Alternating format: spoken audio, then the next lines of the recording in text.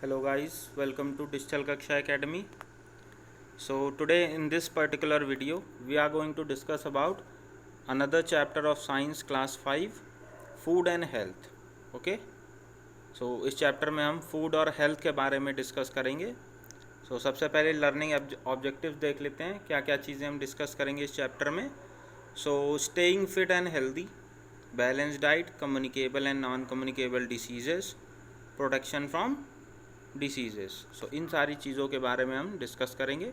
सबसे पहले तो कैसे हम अपने को खुद को स्टे मींस फिट और हेल्दी कैसे रखें, है ना. बैलेंस डाइट क्या होती है, कम्युनिकेबल और नॉन कम्युनिकेबल डिसीजेस क्या होती हैं, और उन डिसीजेस से प्रोटेक्शन कैसे हम खुद को प्रोटेक्ट कैसे करेंगे, इन सभी चीज़ों के बारे में हम इस चैप्टर में डिटेल में डिस्कस करेंगे. ओके, सो सबसे पहले स्टार्ट करते हैं स्टेइंग फिट एंड हेल्दी.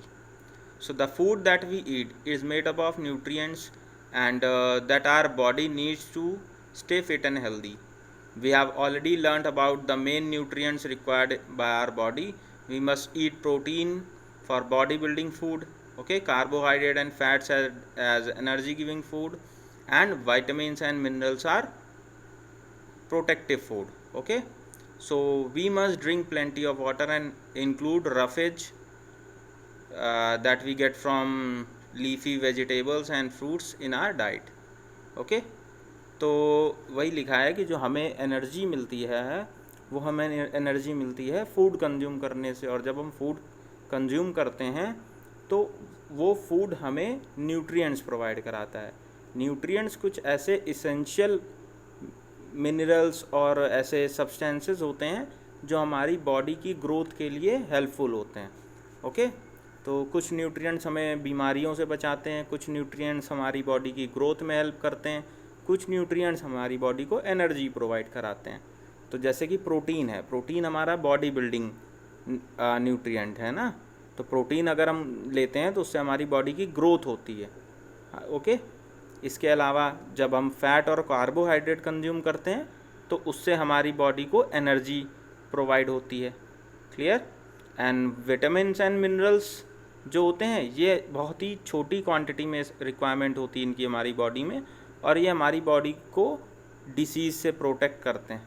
ठीक है, इसी तरीके से जो है रफेज और वाटर क्या होता है. वाटर अगर हम प्रॉपर अमाउंट में लेते हैं तो उससे हमारी बॉडी का जो हाइड्रेशन लेवल है वो मेंटेन रहता है.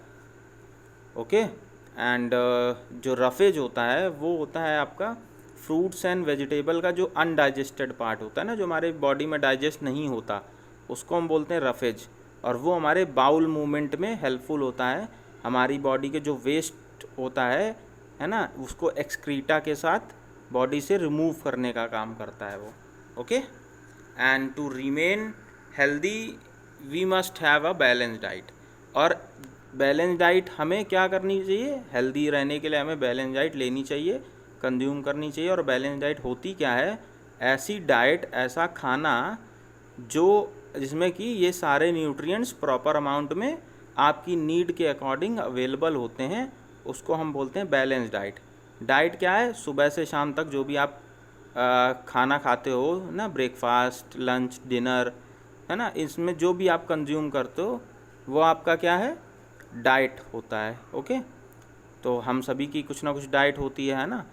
तो इसी तरीके से बैलेंस डाइट क्या होती है, जहाँ पर हमारे जो भी हमने ये न्यूट्रिएंट्स पढ़े, okay, protein, vitamin, minerals, carbohydrate, fat, ये सभी चीज़ें जितनी हमारी बॉडी को नीड है उसके अकॉर्डिंग हमें मिल सकें, उसके लिए हमें क्या करना चाहिए, बैलेंस डाइट लेनी चाहिए. Okay, so the amount of nutrients needed by a person depends on their age, health and job. जो अमाउंट ऑफ न्यूट्रिएंट्स है वो किस पे डिपेंड करता है, उस पर्सन की एज पे, हेल्थ पे, और उसकी जॉब पे, वो काम क्या कर रहा है. जैसे कोई बॉडी बिल्डर है तो बॉडी बिल्डर होगा तो उसको प्रोटीन की ज़्यादा रिक्वायरमेंट होगी, है ना. If students like you and me, so we will need a small amount of protein, है ना. हमारी इतनी रिक्वायरमेंट नहीं होगी जितनी एक बॉडी बिल्डर को रिक्वायरमेंट होती है. ओके, तो हमें एनर्जी गिविंग फूड ज़्यादा चाहिए होगा, है ना, जो हमारी ब्रेन को शार्प करे या हमारे पढ़ाई में हेल्प करे। लाइट फूड हमें कंज्यूम करना चाहिए, फ्रूट्स ज़्यादा से ज़्यादा लेने चाहिए, है ना, जूस, फ्रूट्स, ये सब चीज़ें।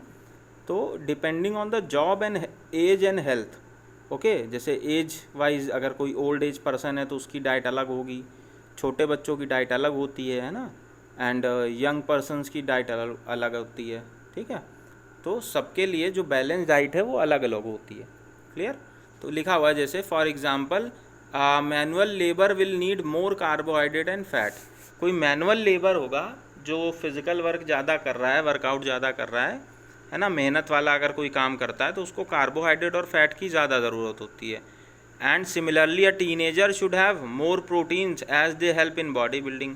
और अगर कोई टीनेजर है ना, टीनेजर मतलब जो यंग बच्चे होते हैं ना, जब आप ग्रो कर रहे होते हो, है ना, 13-14 ईयर की एज है आपकी, 10 to 14 ईयर्स की एज वाले जो बच्चे होते हैं आप लोगों की एज के, ये टीनेजर्स होते हैं। तो टीनेजर्स के टाइम पे हमारी बॉडी ग्रो कर रही होती है, तो उस टाइम पे हमें किसकी नीड होती है? प्रोटीन की ज़्यादा नीड होती है, okay. So for maintaining a healthy body and mind we must exercise regularly. इसके साथ में बैलेंस डाइट के साथ में हमें क्या करना चाहिए? एक्सरसाइज करनी चाहिए, है ना, कुछ गेम्स खेलने चाहिए या रनिंग करनी चाहिए, ओके। तो इससे हमारी बॉडी को क्या होता है? बॉडी की मूवमेंट होती है, बॉडी की मसल्स डेवलप होती हैं। तो वही लिखा हुआ है, exercise helps in building a strong body and keeps us fit, and it tones our muscles and helps in digestion. So exercising helps in breathing more oxygen and result in increased blood circulations, and in maintaining the right posture and keeping our back straight while sitting and standing or moving. तो हमें क्या करना चाहिए? Exercise हमारी body में muscles को develop करती है, हमारी बॉडी को स्ट्रांग बनाती है एक्सरसाइज, है ना। जब हम एक्सरसाइज करते हैं, रनिंग करते हैं, तो हमारी बॉडी में ज़्यादा ऑक्सीजन जाती है, जिससे कि हमारी बॉडी का ब्लड का सर्कुलेशन भी तेज होता है, और वो ब्लड सर्कुलेशन हमारी बॉडी के ग्रोथ में हेल्प करता है, ओके। इसी तरीके से हमें जब बैठते हैं हम, तो हमें अपने पॉस्चर का भी ध्यान रखना चाहिए कि हम कैसे बैठ रहे हैं, है ना। अपनी बैक को, जो बैकबोन होती है, उसको स्ट्रेट रखना चाहिए, okay. So when you will keep your backbone straight, so that will help you to keep your body posture right, okay. So ये हमारा सारे जो इम्पॉर्टेंट पॉइंट्स हैं ये हमें दिमाग में रखने चाहिए अगर हमें अपनी बॉडी को फिट और हेल्दी रखना है। तो इसी तरह से rest and sleep is very important part of our body, okay. आपको प्रॉपर रेस्ट लेना चाहिए, है ना, प्रॉपर स्लीप लेनी चाहिए 7 to 8 आवर्स की। तो वो भी आपको हेल्प करेगी आपकी बॉडी की ग्रोथ में, ठीक है। रेस्ट आप प्रॉपर करोगे, अगर टाइमली रेस्ट करोगे, है ना, बॉडी को रेस्ट दोगे, ज़्यादा वर्कआउट और ज़्यादा फिज़िकल वर्क करने से भी आपकी बॉडी थकान फील करती है। तो प्रॉपर रेस्ट और स्लीप भी हमारी बॉडी को हेल्दी रखने में एक इम्पॉर्टेंट रोल प्ले करते हैं। To be healthy it is important that we keep our body and surrounding clean.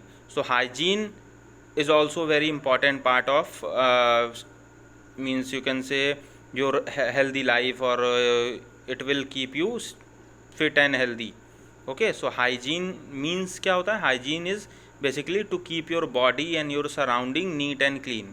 तो अपनी बॉडी, अपने आसपास के सराउंडिंग्स को अगर आप साफ़ सुथरा रखोगे तो वो भी आपको क्या करेगी? हेल्प करेगी आपकी हाइजीन मेंटेन अगर आप करके रखोगे तो आपकी हेल्दी बॉडी को हेल्दी रखने में और बॉडी की ग्रोथ में हेल्प करेगा।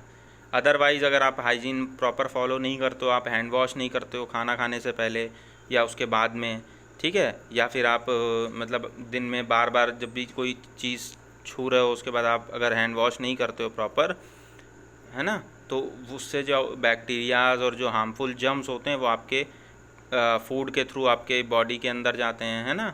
या आपका आसपास का एटमॉस्फेयर अगर हाइजीनिक नहीं है, साफ़ सुथरा नहीं है, तो that will also affect your healthy body, because फिर आपके आसपास जो है जम्स वगैरह ज़्यादा क्रिएट होंगे, है ना।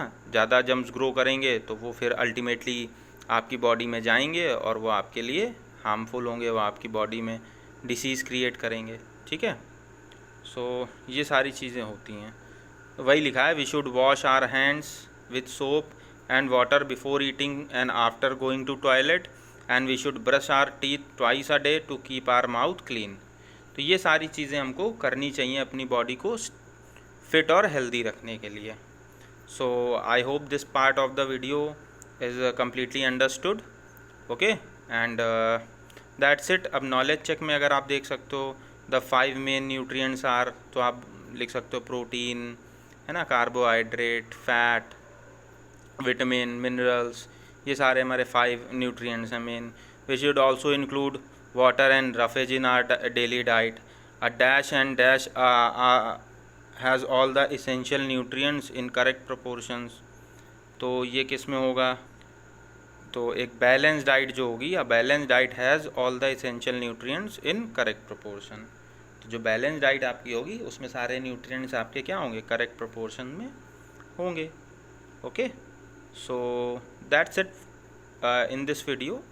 I hope it is clear to everyone.